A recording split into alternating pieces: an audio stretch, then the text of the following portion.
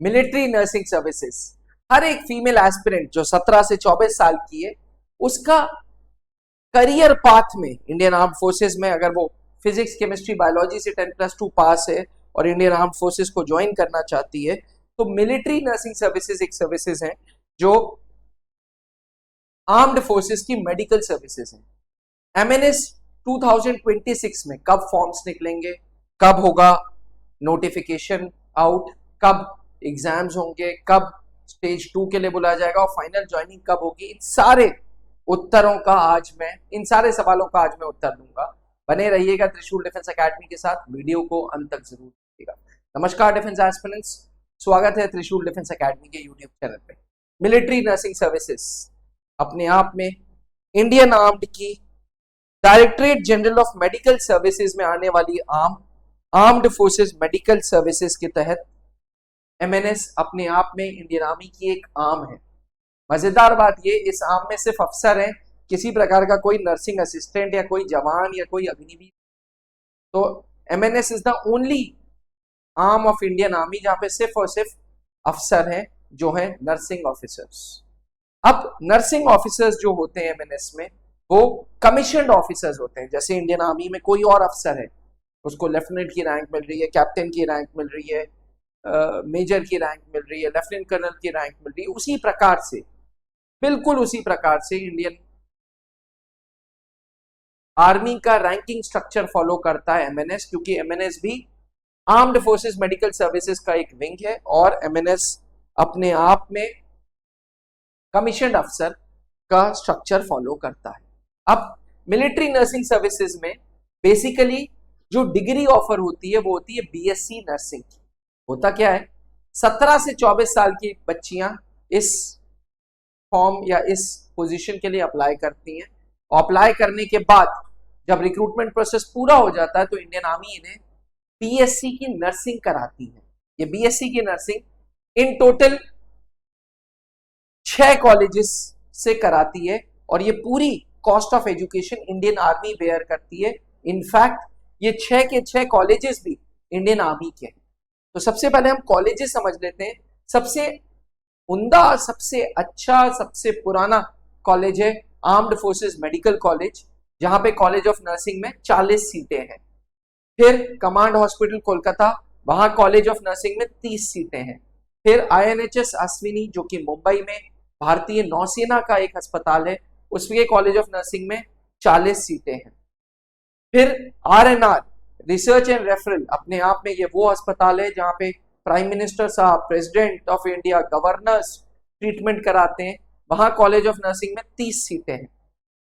Command hospital Lucknow में 40 सीटें and command hospital Bangalore में 40 सीटें। इन टोटल 220 सीटें होती हैं मिलिट्री नर्सिंग सर्विसेज के हर साल के नोटिफिकेशन में। आमतौर पे 2017 से अभी तक लगातार हर बार एमएनएस का फॉर्म आया है और 220 सीटें के लिए ये फॉर्म्स आते हैं और इंडियन आर्मी इसका पूरा रिक्रूटमेंट प्रोसेस चलाता है। अब रिक्रूटमेंट प्रोसेस जानने से पहले ये जरूरी है कि आप ये समझें कि एलिजिबिलिटी मिलिट्री नर्सिंग सर्विसेज के लिए क्या है। एक सबसे जरूरी एज जो है वो 17 से 25 साल है, लेकिन अप्लाइंग एज 24 साल है, इसलिए मैंने 24 साल बोला था। 25 तक आप एमएनएस के कॉलेजेस में पहुंचना चाहिए, तो ओवरऑल आप 24 माने 17 से 24 साल। फिजिक्स केमिस्ट्री बायोलॉजी होनी चाहिए। फिजिक्स केमिस्ट्री बायोलॉजी में मिनिमम 50% मार्क्स होना चाहिए। इसके साथ साथ नीट एग्जामिनेशन क्वालिफाई होना जरूरी है। बहुत बार एस्पिरेंट्स मुझसे पूछते हैं कि जी नीट एग्जामिनेशन क्यों, तो मैं आपको बता दूं, अब मिलिट्री नर्सिंग सर्विसेज का रिक्रूटमेंट प्रोसेस नीट के थ्रू हो गया। यानी कि अगर आप फौज में मिलिट्री नर्स बनना चाहती हैं या नर्सिंग ऑफिसर बनना चाहती हैं तो आपको नीट एग्जामिनेशन देना जरूरी है। नीट एग्जामिनेशन देने के बाद ही इंडियन आर्मी आपको बीएससी नर्सिंग कराएगा।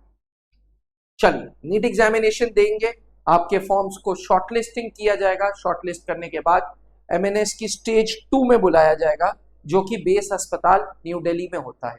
स्टेज 2 में कंप्यूटर बेस्ड टेस्ट होता है, उसके बाद साइकोलॉजिकल असेसमेंट टेस्ट होता है और फिर पर्सनल इंटरव्यू एंड मेडिकल होता है।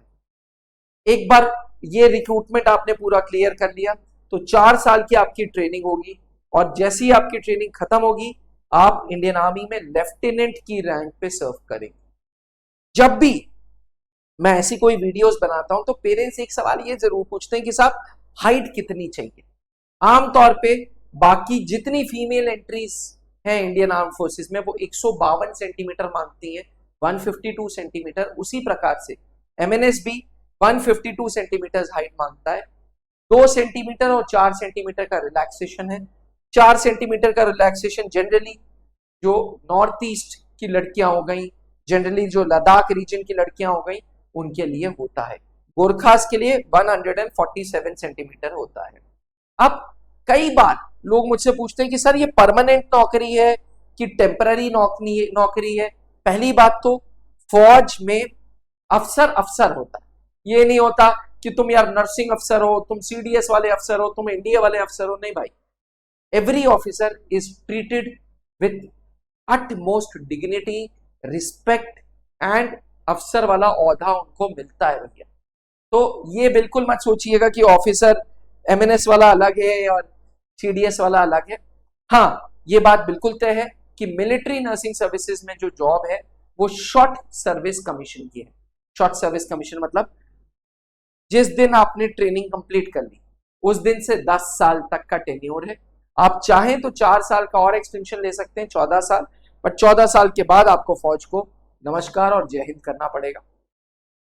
कई लोग मुझसे पूछते हैं कि जी परमानेंट कमीशन भी है, पर 1000 में एक नर्सिंग ऑफिसर को परमानेंट कमीशन का ऑफर मिलेगा, बाकी सबको शॉर्ट सर्विस कमीशन मिलेगा, क्योंकि ये जॉब ही इस तरीके से बनी गई है। ठीक, तो permanent commission is case to case basis only. Otherwise आप क्योंकि अपना करियर पाथ स्टार्ट कर रहे हैं तो इसमें कोई दो राय मत रखिएगा कि एमएनएस की जॉब शॉर्ट सर्विस कमीशन है। आगे बढ़ते हैं। सैलरीज को लेकर के भी बड़ी चर्चाएं होती है कि जी एमएनएस में क्या सैलरी है। तो मैं आपको बता दूं, मिलिट्री नर्सिंग सर्विसेज में जब आप ट्रेनिंग कंप्लीट कर लेते हैं तो 56,100 रुपए बेसिक पे है, और जैसे ही आप लेफ्टिनेंट बन जाते हैं लगभग 95,000, इसके साथ साथ पर्क्स लेके 1,20,000 रुपए।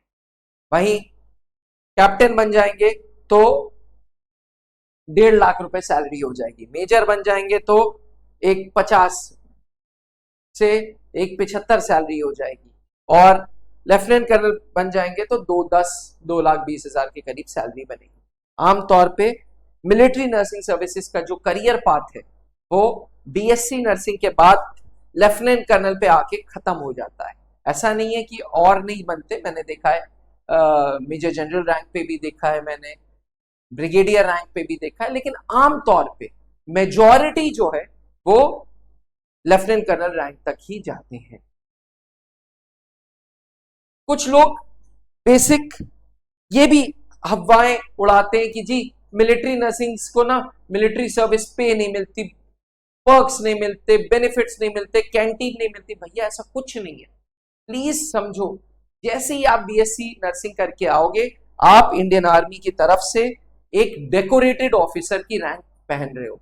तो अगर कोई और लेफ्टिनेंट कैंटीन जा रहा है तो आप भी कैंटीन जा रहे हो, कोई और लेफ्टिनेंट साहब अगर ऑफिसर्स मेस जा रहे हैं तो आप भी ऑफिसर्स मेस जा रहे हैं, अगर किसी और लेफ्टिनेंट को मिलिट्री सर्विस पे मिल रही है तो आपको भी मिलिट्री सर्विस पे मिल रही है, किसी और अफसर को dearness allowance, transport allowance, uniform allowance मिल रहा है तो आपको भी वही मिल रहा है। इसका मतलब किसी प्रकार का कोई भी भेदभाव नहीं है। अब बात करें कि रिस्पॉन्सिबिलिटीज की, तो आखिरकार मिलिट्री नर्सिंग सर्विसेज में क्या रिस्पॉन्सिबिलिटीज है। देखिए, कुछ लोग कहते हैं कि जी आप नर्स हो, नहीं, बिल्कुल भी नहीं, आप नर्सिंग ऑफिसर्स हो।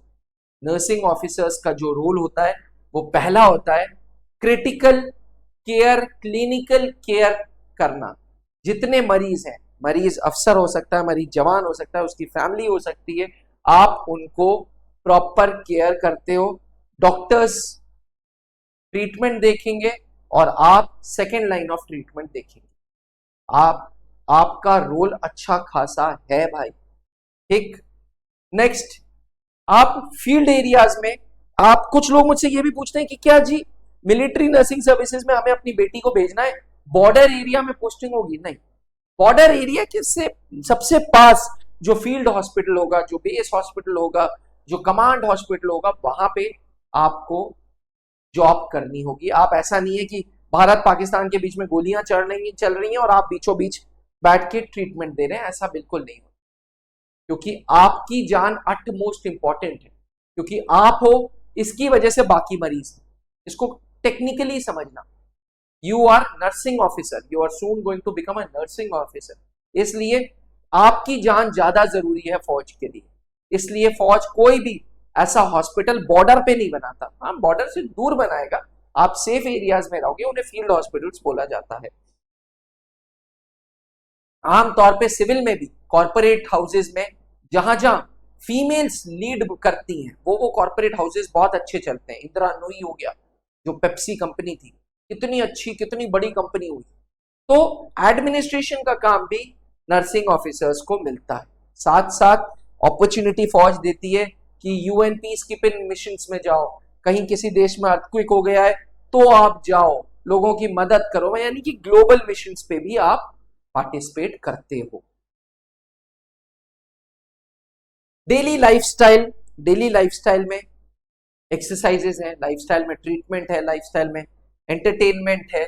लाइफस्टाइल शुरुआत होती है सुबह की एक्सरसाइज से, उसके बाद आप खाकी रंग की वर्दी पहनते हो और वर्दी पहन के जितनी बार आप बगल से निकलते हो उतनी बार लोग आपको सल्यूट करते हैं, क्योंकि आप एक ऑफिसर हो।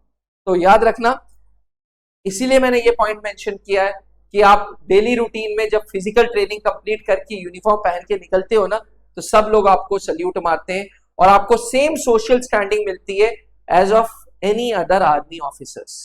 जी, बाकी अन्य आर्मी ऑफिसर्स जैसे आपको भी सेम सोशल स्टैंडिंग्स मिलती हैं। इसके अलावा पोस्टिंग्स की बात की जाए तो बिल्कुल जैसे अन्य आर्मी ऑफिसर्स हर 2-3 साल में ट्रांसफर्स उनका होता है, उसी प्रकार से आपका भी ट्रांसफर होता है। अब मिलिट्री नर्सिंग सर्विसेज अगर आपको ज्वाइन करना है, आज से पहले आपने कभी नहीं सुना और आपको एमएनएस ज्वाइन करना है, तो याद रखना फिजिक्स केमिस्ट्री बायोलॉजी होना चाहिए। सेकेंड स्टेप पे उम्र 17 से 24। थर्ड स्टेप पे नीट एग्जामिनेशन देना जरूरी है। नीट एग्जामिनेशन देने के बाद आपका स्कोर शॉर्टलिस्ट होगा आपका, अगर अच्छे मार्क्स आएंगे, अच्छे मार्क्स मतलब 400 की रेंज में, 360 से 400 की रेंज में। एक बार अच्छे मार्क्स आ गए तो फिर आपको स्टेज 2 के लिए बुलाया जाएगा। वहां पे कंप्यूटर बेस्ड टेस्ट होता है जिसमें इंग्लिश और जीके के सवाल होते हैं। त्रिशूल डिफेंस एकेडमी इस पूरे कोर्स को सेपरेट चलाता है और 10% पास रेट देता है और रिटन में देता है कि हाँ, अगर त्रिशूल डिफेंस एकेडमी का एमएनएस कोर्स ज्वाइन करोगे, जिसमें हम नीट की भी पढ़ाई कराएंगे, एमएनएस की भी क्लासेस पढ़ाएंगे, तो हम 10% पास रेट देंगे। चलो, तो कंप्यूटर बेस्ड टेस्ट के साथ साइकोलॉजिकल असेसमेंट होता है, पैट की तैयारी होगी, उसके बाद आपका पर्सनल इंटरव्यू होगा, फिर मेडिकल होगा। ये सारी की सारी चीजों में आप एक बार पहुंच गए तो 4 साल की फ्री ट्रेनिंग है और आप फौज में अफसर बनते हो। अब बात करते हैं 2026 में एमएनएस फॉर्म कब आएगा। तो भैया 2026 में नीट का एग्जामिनेशन है 3 मई को, ठीक, तो लगभग उसके हफ्ते 10 दिन बाद एमएनएस का फॉर्म आ जाना चाहिए, यानी कि 15 मई फॉर्म आ जाना चाहिए। अब नीट का रिजल्ट आएगा जून के सेकेंड वीक या फर्स्ट वीक में, तो एमएनएस शॉर्टलिस्टिंग उसके ही तुरंत बाद कर देगा, यानी कि सेकेंड वीक या लास्ट वीक में एमएनएस का शॉर्टलिस्टिंग हो जाएगी। आपको पता चल जाएगा कौन कौन सेलेक्ट हुए हैं स्टेज 2 के लिए। जैसे ही स्टेज 2 के लिए सिलेक्शन लिस्ट आ जाएगी, आपका अगस्त में कंप्यूटर बेस्ड टेस्ट और साइकोलॉजिकल असेसमेंट टेस्ट हो जाए। ये है पूरी की पूरी प्रक्रिया मिलिट्री नर्सिंग सर्विसेज के 2026 के नोटिफिकेशंस के बारे में। तो अभी तक आपने देखा एमएनएस का 2026 की इंपॉर्टेंट डेट्स। अब मैं आपको बताऊंगा कि क्यों आपको भारत में इतनी संस्थाएं उसमें से त्रिशूल को चूज करना चाहिए। नो डाउट 2003 से त्रिशूल डिफेंस एकेडमी सिर्फ और सिर्फ फौज में ऑफिसर्स की ट्रेनिंग देता आ रहा है, फौज को ऑफिसर्स बना के देता आ रहा है, फौज को एनडीए, सीडीएस, एफकैट, एमएनएस के प्रोस्पेक्टिव अच्छे कैंडिडेट्स का को रिटन की तैयारी, उनको एसएसबी इंटरव्यू की तैयारी, कंप्लीट तैयारी करा रहा है। इसके अलावा मिलिट्री नर्सिंग सर्विसेज एस्पिरेंट्स को त्रिशूल इसलिए चूज करना चाहिए क्योंकि इस अकेडमी में नीट की तैयारी, एमएनएस की तैयारी, स्पोकन इंग्लिश की तैयारी, फिजिकल फिटनेस की तैयारी, आपकी पर्सनालिटी फौज जैसी हो, इसकी तैयारी सब कुछ साथ साथ है। एक ही रूट पे, एक ही रूफ के नीचे ये सारी की सारी तैयारियां हैं। इसके साथ साथ नीट हो, एमएनएस हो, स्टेज 2 हो, पर्सनल इंटरव्यू हो, ये कंप्लीट तैयारी स्टेप बाय स्टेप हम तैयारी करा रहे हैं। हम नीट की कोचिंग नहीं है, हम एमएनएस की कोचिंग है। नीट की कोचिंग्स भारत में बहुत अच्छी हैं, बट एमएनएस की कोचिंग हमसे अच्छी कोई नहीं, क्योंकि हम 10% पास रेट देते हैं। 2017 से लगातार हर मिलिट्री नर्सिंग सर्विसेज के बैचेस में हमारी कोशिश रही है कि हम रिजल्ट्स दें, और by the grace of God we are giving results because we have good educators, UPSC qualified educators, those educators जो जानते हैं कि इंग्लिश में क्या पूछा जा रहा है, स्टैटिक जीके में क्या पूछा जा रहा है, नीट के पेपर में कैसे 400 से 450 का स्कोर लाना है। चलिए, हमारा सिलेक्शन रेट जैसे कि मैंने बताया 2017 से लगातार 4-5 सिलेक्शंस हर साल हम देते आ रहे हैं मिलिट्री नर्सिंग सर्विसेज को।